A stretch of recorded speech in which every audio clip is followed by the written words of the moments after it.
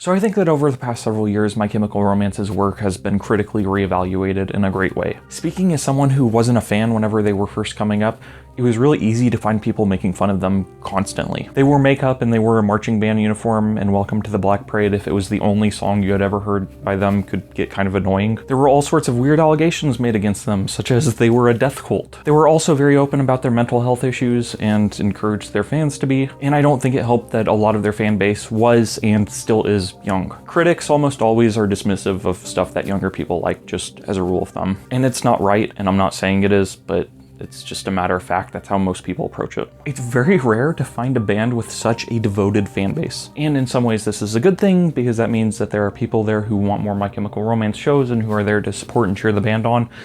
But also this can be a bad thing, because that's how you end up with people who try to lick Gerard Way's hand. Sometimes whenever I see some of the crap that people post, I feel like they're almost worshiping the band members. They're putting them on pedestals, and I just find it so weird, because I am not that kind of person. I do not worship the members of My Chemical Romance. And honestly, I think that's a big reason why people are hesitant to sometimes take this band seriously. And so I think it's fair to say that My Chemical Romance were very successful during their first run, but they broke up in 2013, and then they regrouped in 2019, and I think since then they've just gotten bigger and bigger and bigger. And I think that one thing that people have come to realize over the past several years is that My Chemical Romance is one of the best rock bands of the 21st century. I really think that their music has stood the test of time, and I think that they have made things worth talking about. And so today we're going to be talking about their very first record, I Brought You My Bullets, You Brought Me Your Love.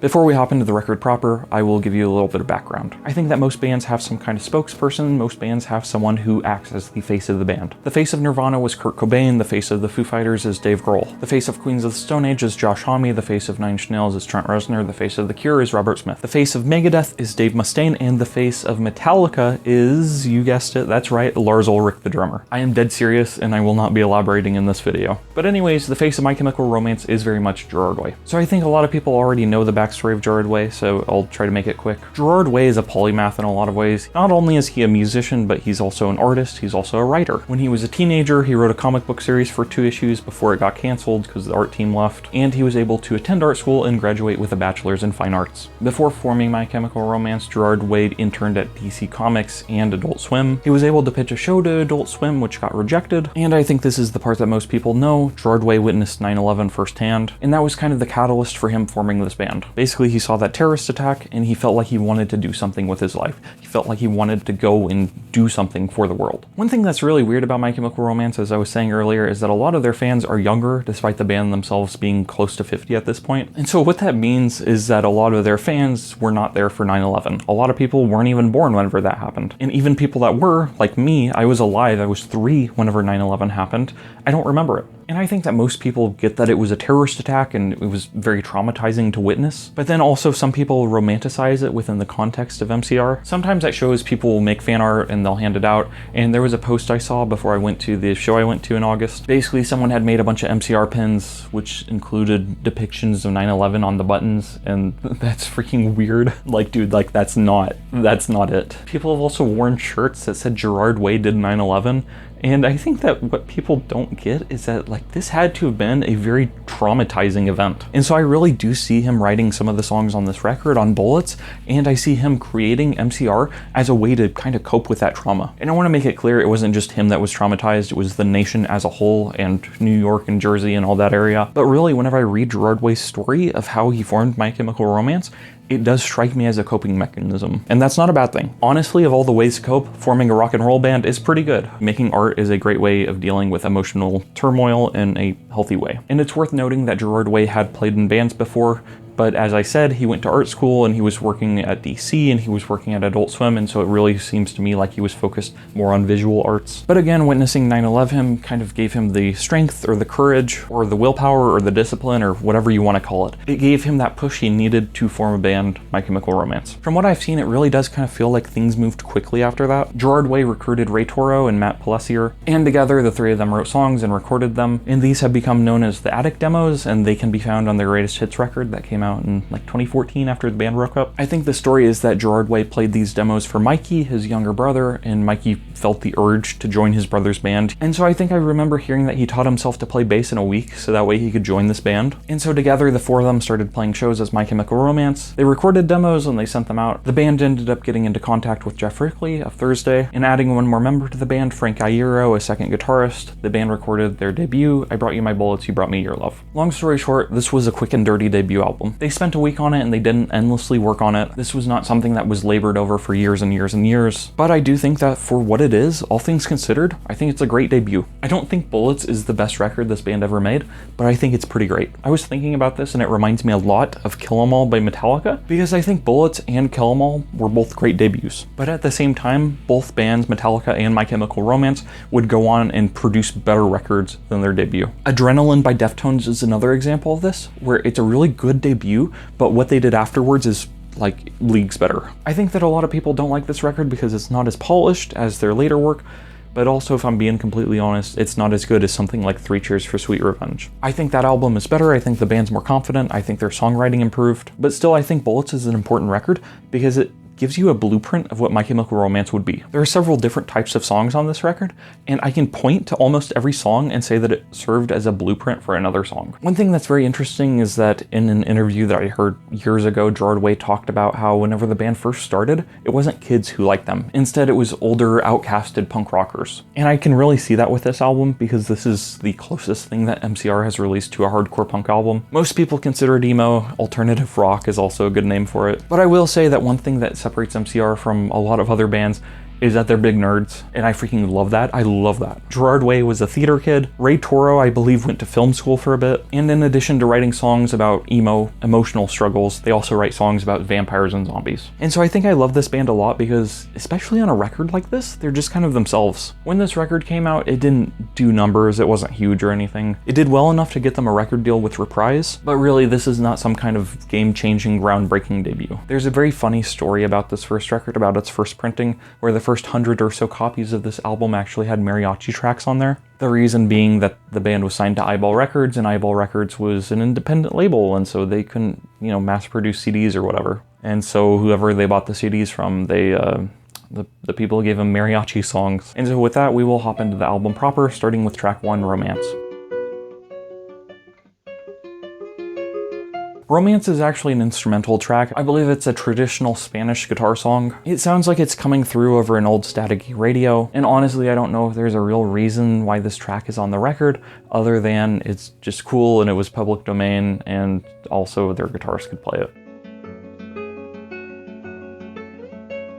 The second track on this album is Honey, This Mirror Isn't Big Enough for the Two of Us. I see this song basically as being about a toxic relationship and a breakup, and I think the liner notes even support that. Gerard Way left a note to Kay, and all it says is, "I'm sorry I wrote all these songs about killing you, I hope the last song makes up for it." I believe the rumor is that Kay was someone he was in a relationship with, and it seems like a toxic relationship. This song starts out with kind of a thrashy opening riff, and without having written this song, I don't think they would have been able to pull off something like Bury Me in Black or Thank You for the Venom, but really I do interpret this song as being about using substances to sort of get away mentally from a relationship that you don't want to be part of. I do think it's worth noting that a lot of people have this misconception about this album, that it's actually a concept album, and it's like, no, it's not. I think the story goes that Gerard Way was encouraged by Jeff Rickley, the producer, to treat each song as if it was a short story. He did. There's not much more to that. The amount of pills I'm taking counteracts the booze I'm drinking. In this vanity I'm breaking lets me live my life like this. And well, I find it hard to stay with the words you say. I'll choose the life I've taken, never mind the friends I'm making, and the beauty that I'm faking lets me live my life like this. And so again, I see this song as about being a breakup, but it's also about feeling disconnected with your own life. And surely if you're out of touch with your own life, if you feel like things aren't right, then prescription pills and drugs and drink and whatever else, that's not gonna help. But also this relationship that I'm interpreting this song as being about, it strikes me as kind of a push and pull sort of thing. And we're not working out this time, never mind the times I've seen it, never again, oh baby let me in, I'm knocking, let me in. And so I interpret these lines as basically, like I said, being about a toxic relationship, wanting to be out of it, but then also wanting it. Maybe even wanting it because you don't know what else you would have without it. This song was released as a single, but it wasn't released as a single until after this album had already been out for like a year or so. Track 3 is Vampires Will Never Hurt You. This song is a very atmospheric song about fighting vampires. And I think this song is about being turned into a vampire yourself and asking someone to stake you. We're hanging out with the corpses and driving in this hearse, and someone save my soul tonight, please save my soul. Will it fill our hearts with thoughts of endless nighttime sky? Can you take this spike, will it wash away the jet black now? And as these days watch over us tonight, I'll never let them. I'll never let them hurt you tonight. I'll never let them, I can't forget them, I'll never let them hurt you. I promise. And this is one of the reasons I love My Chemical Romance, is because I love vampires. Vampires are awesome. And so I love the fact that with this album, it seems like Gerard Way is taking a page out of the Misfits book and just being like, yeah, I'm gonna write about horror.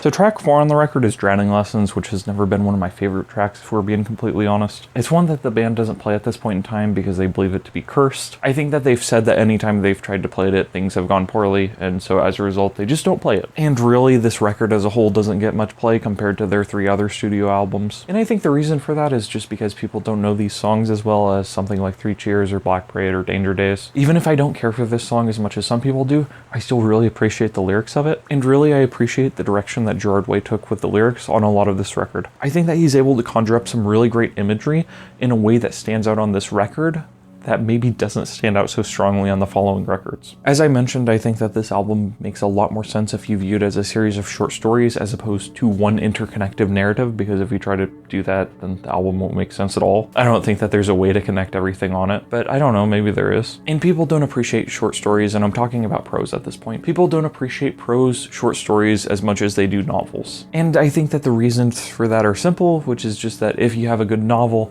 then you grow and you get attached to the characters and you love them. And I think the same thing can happen with short stories, but it doesn't always, just because you have a lot less room to play around with. But I also think that's one thing that's great about short stories, is the fact that you only have so many words in order to get your point across, and so there's not much dilly-dallying. But as I was saying, I think that people tend to appreciate novels, they tend to appreciate long-form stories or series more than they appreciate short stories. And so I find myself wondering if maybe that's why this album doesn't get as much love as the following records by My Chemical Romance. Because even if I find the narrative of the Black Parade to be less cohesive than some, I think that there are still a lot of themes you can point to on that record that tie it together. Danger Days is very much a story, very much so, with named characters and everything. But Much of Bullets is composed of standalone short stories, if you will, with the exception of this song and the last one. Because it's taken me a minute to get here, but the song is actually about the Demolition Lovers. We'll talk more about this in my 3 Cheers video, because that album really focuses on them a lot and goes so far as to have them on the front cover.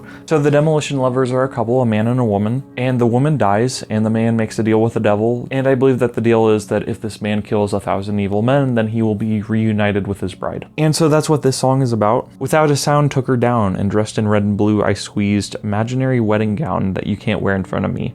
A kiss goodbye, your twisted shell, as rice grains and roses fall at your feet. Let's say goodbye the 100th time, and tomorrow we'll do it again. I dragged her down, I put her out, and back there I left her where no one could see. And lifeless and cold into this well, I stared as the moment was held for me. I never thought it'd be this way. Just me and you were here alone. 1,000 bodies piled up, I never thought would be enough to show you just what I'm thinking, and I'll keep on making more, just to prove that I adore. Every inch of sanity, all I'm asking for is these hands stained red from the times that I've killed you, and then we can wash down this engagement ring with poison and kerosene, and we'll laugh as we die, and we'll celebrate the end of things with cheap champagne without a sound, and I'll wish you away. So I feel like this song's very clearly written from the perspective of the man. In essence, he just really wants to be reunited with his bride, or his soon-to-be bride. All the lines about imaginary wedding gown and rice grains and roses fall at your feet, that makes me think that they were planning a wedding, but maybe they didn't get around to it before the woman died. And so I suppose that I appreciate this song more for its lyricism than anything else. As I said, I think that this is the closest thing that My Chemical Romance has released to a hardcore punk record, but certainly this is one of the more emo sounding tracks on the record.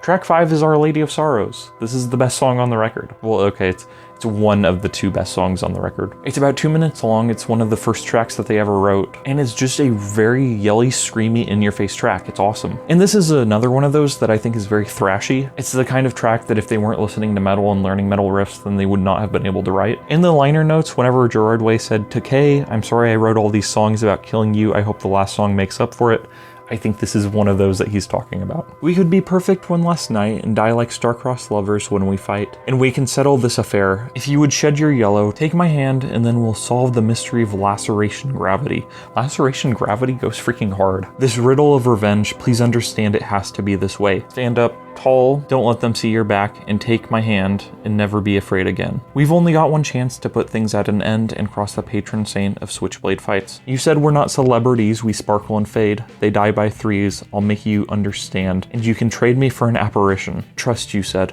Who put the words in your head? Oh, how wrong we were to think that immortality meant never dying. And that final lyric is one I really love, because everything dies, right? It's obviously everything dies. But I do think that in our culture we have this idea that art and monuments and things that you make and the legacy you leave behind, those can be immortal. But at the same time, a lot of people's legacies are only immortal because they themselves died. Look at martyrs, look at Joan of Arc, who Gerard Way was at one point obsessed with. And you can look at Romeo and Juliet, who are alluded to at the beginning of this song. Die like star-crossed lovers when we fight. That's a Romeo and Juliet reference, and that's a great example of what I'm talking about, because they died at the end of the play, but because of that, they are immortal. Romeo and Juliet would not have the same impact 400 or so years later if they didn't die. And so this song lyrically is really interesting because I think it's talking about the in-the-moment struggle, the toxic relationship, but at the same time it also has a long-term view of things, the idea of immortality, or rather figurative immortality. And I think that's a very interesting viewpoint to take, because I think so often we can get caught up in the day-to-day or the hour-to-hour, and especially in an instance like this,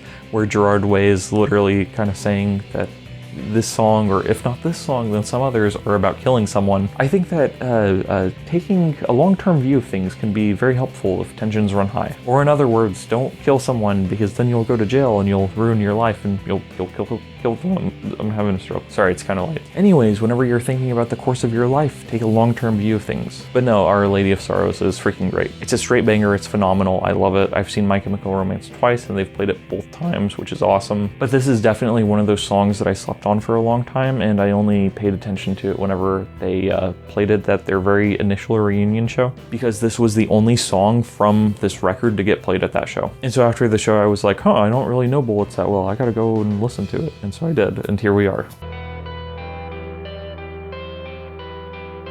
The next song is Headfirst for Halos, which was another track that was released as a single way after this record came out. It has a very happy, bouncy feel to it. It sounds very upbeat and exciting, but then the lyrics are actually quite dark. I really interpret them as basically being about drug use and drug withdrawal and wanting to kill yourself in between those two states. Well, let's go back to the middle of the day that starts it all. I can't begin to let you know just what I'm feeling, and now the red ones make me fly and the blue ones help me fall, and I think I'll blow my brains against the ceiling. And as the fragments of my skull begin to fall on your tongue like pixie dust. Just think happy thoughts and we'll fly home. We'll fly home. You and I will fly home. Now honestly, that's what I said to her. What I said to her, think happy thoughts. So in other words, the point to this song is think happy thoughts. But no, very obviously that idea, think happy thoughts, that's the thing that you say whenever you're struggling, right? No one who is super happy and upbeat and exciting has ever been told to think happy thoughts. And the reason why is because they're already doing it just naturally. And so again, I think this is a great example of a song that has a very bouncy, happy, upbeat instrumental,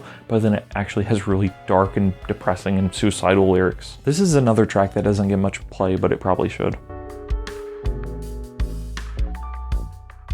So the very first song that the band ever wrote was Skylines and Turnstiles, which is very obviously kind of a mission statement for the band, and it's a reflection of Gerard Way witnessing 9/11. I think it really captures what I was talking about earlier, namely that thought process of Gerard Way witnessing the tragic events of 9/11 and then trying to figure out how to go forward after seeing that. And so as we all know, he started the band and that's how he moved forward.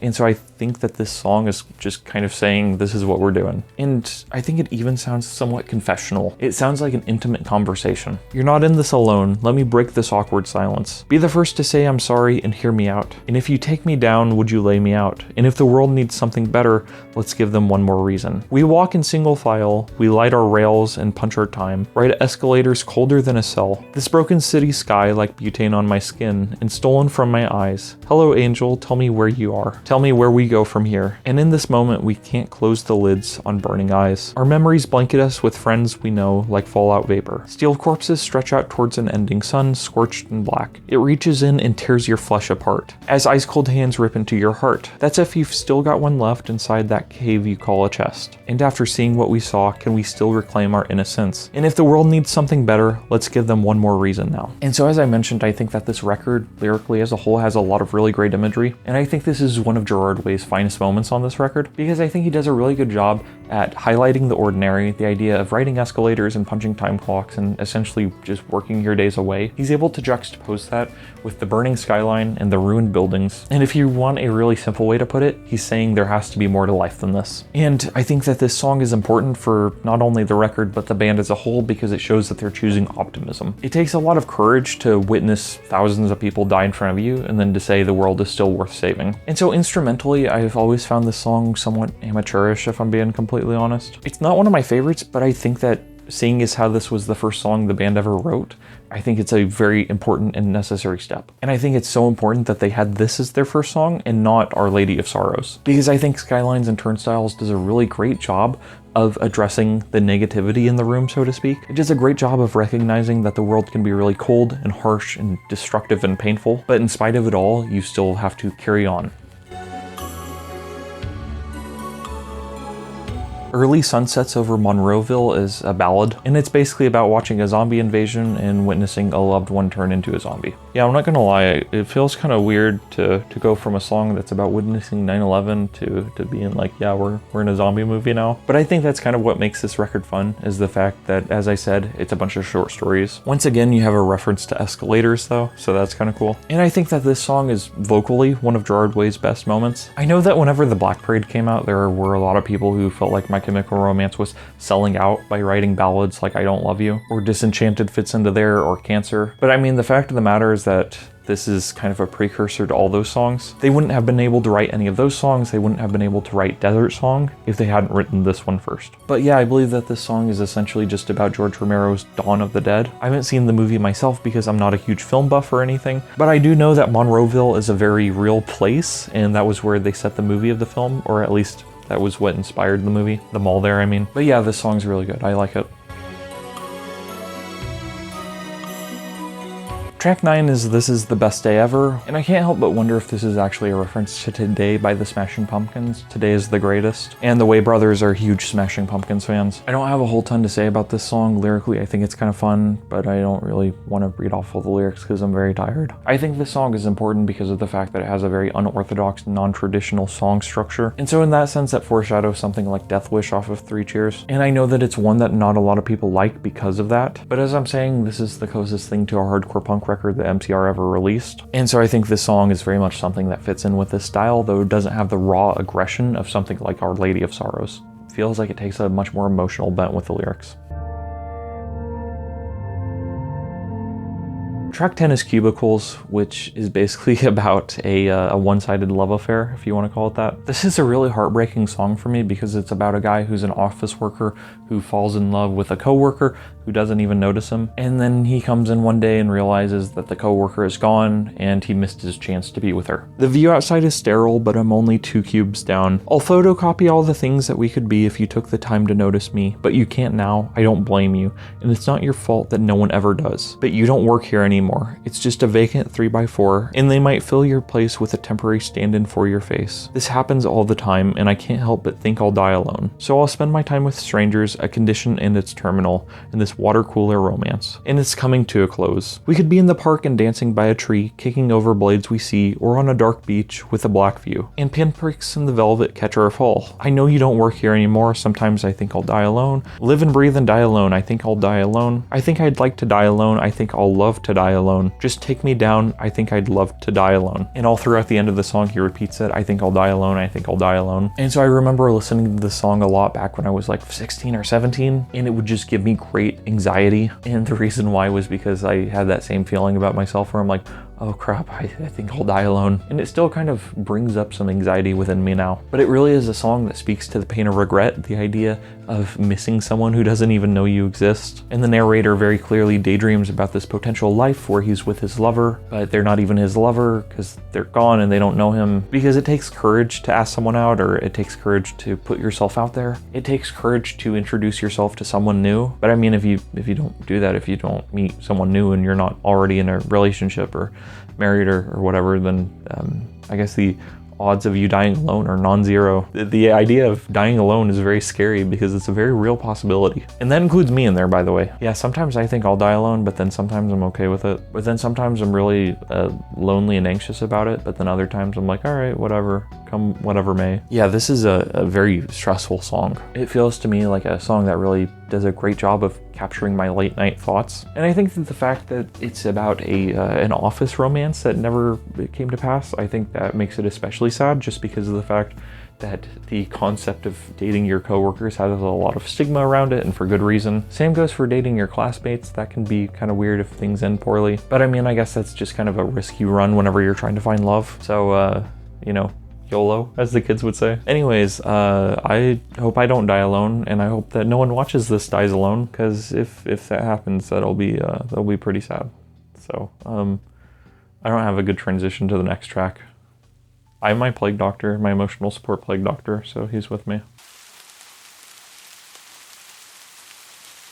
And the final track on the album is Demolition Lovers, track 11. This is another one of the best tracks on the album. I said that Our Lady of Sorrows was my favorite. This is my other favorite. Cubicles is my third favorite. And I think a lot of people interpret this song as being a sort of prelude to Drowning Lessons. So it's essentially about the couple, the Demolition Lovers, but it's whenever she's still alive. I would drive on to the end with you. A liquor store or two keeps the gas tank full. And I feel like there's nothing left to do but prove myself to you. And we'll keep it running, but this time I mean it. I'll let you know just how much you mean to me. As snow falls on desert sky until the end of everything, I'm trying to let you know how much you mean. As days fade and nights grow and we go cold. Until the end, until this pool of blood, until this. I mean this. All we are is bullets. I mean this. As lead rains pass on through, our phantoms forever and ever, like scarecrows. That fuels this flame. We're burning forever and ever. Know how much I want to show you you're the only one. Like a bed of roses, there's a dozen reasons in this gun. And as we're falling down and in this pool of blood, and as we're touching hands, I'll see your eyes, I'll meet your eyes. I mean this forever. In other words, the narrator is saying that I love you, I love you, I love you, I want to be with you forever, and I need you to know this. I need you to know just how much you mean to me, and I'll be there with you until the end. And it has that sort of pleading feeling, like you want to be loved, and you want that feeling of love to be returned to you. And ultimately, of course, the woman dies, and then the man is left, as we learn in Drowning Lessons. He's left with the goal of having to kill 1,000 men. And this song is awesome because it starts out kind of slow and acoustic, and then it builds up to something big and emotionally charged. And that is the album. I brought you my bullets, you brought me your love. As I was saying at the start, I think this is a really great debut record. And I think that if they had never done anything else, I think this would still be a really solid debut. But I do think that the band achieved so much after this record that there's a reason it's kind of forgotten about sometimes. I don't think it should be. But ultimately, I think that Three Cheers for Sweet Revenge does a lot of the things that this record does, but better. The artwork for this record is kind of cool also because it has Harry Houdini on the cover. And I know that he and his wife were in love deeply, and his wife, after he died, tried to contact him using mediums and seances and all sorts of crap. And so I think that just adds another layer to the album that he's on the cover. So as I said earlier, after this record came out, not much immediately happened. The band did get a record deal with Reprise, but they didn't immediately blow up. They didn't become some kind of overnight sensation. They just kind of got in their van and they toured this record and they played shows. And I think it's really with Three Cheers where they start to come into their own. So I've actually done a series of videos on The Cure where I go through their entire discography, and I've started one on Nine Inch Nails that I'm working on at the same time as this one. At the end of those videos, I always try to give recommendations, so I have a few recommendations if you like this record. If you legitimately enjoy some of the more hardcore tracks on this record, I would recommend Leathermouth. This was a band that was fronted by Frank Iero, the guitarist for for My Chemical Romance. And even though he was in the band by this point, he doesn't play on the album aside from like 2 songs, I think. Because again, this was an album that was made in like a week, so they just didn't have time, they said. But Leathermouth only came out with 1 record. It is a hardcore punk record through and through. It's great. It's one of those things that I would not have appreciated up until fairly recently, until the past couple of years. I would recommend Title Fight's Last Thing You Forget. I'm not a huge Title Fight fan, all my friends are, but that record kind of has a similar energy to this one. It's another emo album. I would recommend Fall Out Boy's Take This to Your Grave because it has a very similar feeling to this record for me, in the sense that it kind of is the blueprint for that band. It's a blueprint for Fall Out Boy in the same way that this record is a blueprint for My Chemical Romance, but I think both bands go on to accomplish things that are greater than their respective debuts. As I go through them and analyze them and give my thoughts on these albums, I will rank them. I will rank My Chemical Romance's discography, but seeing as how this is the only album that I've touched on so far, it goes straight to the top. It's number 1. At a time when there was only 1 My Chemical Romance record in the world, it was their best record, and I feel very comfortable in saying that. And so I think this record's great, especially I think if you like 3 Cheers more than you like the Black Parade, I think that you'll appreciate this record if you haven't given it much of a shot. And so really, if you enjoy this record, that's awesome, me too. If you haven't spent much time with it, I would say give it a spin. So that's what I got. Thank you for watching. I'm gonna go to bed now, I'm very tired. Plague Doctor's coming with me. So night-night, bye.